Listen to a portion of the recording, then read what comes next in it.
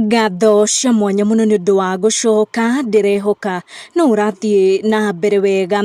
Riu ndeto cia kiha kinene na maithori ni irikitie gukinyira Kenya muthenya wa umuthi. Kiroko giki kia umuthi, very heartbreaking news iria ciakorwo ikirekererio thutha wa muthenya wa mambura ma Christmas muthenya wa ira.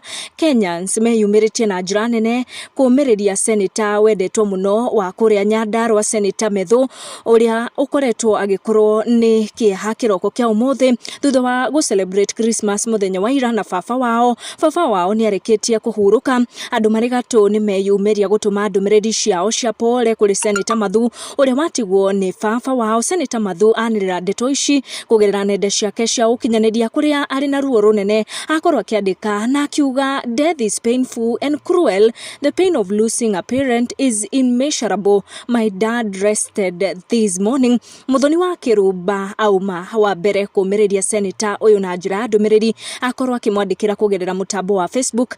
Muthoni akiandika na kuga, everything happens for a reason, he is in a better place, it shall be well.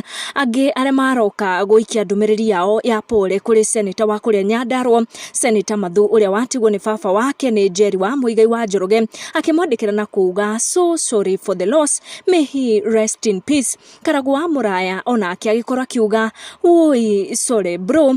Mutahi Kahiga niwe gavana wa kuria Nyeri, akorwo akimwandikira ndumiriri ya pole na ya macakaya thutha wa kunyitwo ni ndeto ici, akiuga, truly sorry Senator Methu, it is indeed very sad losing a parent, but take strength in the knowledge that God heals the broken hearted. Mzee has gone home to rest. Ni ndeto iria twamukira kiroko giki kia umuthi, very heartbreaking news cikigie senator wa kuria Nyandarua, Senator Methu uria wanirira ati thutha wa gukungwira Christmas muthenya wa ira na baba wake ni aroka kuhuruka kiroko kia umuthi.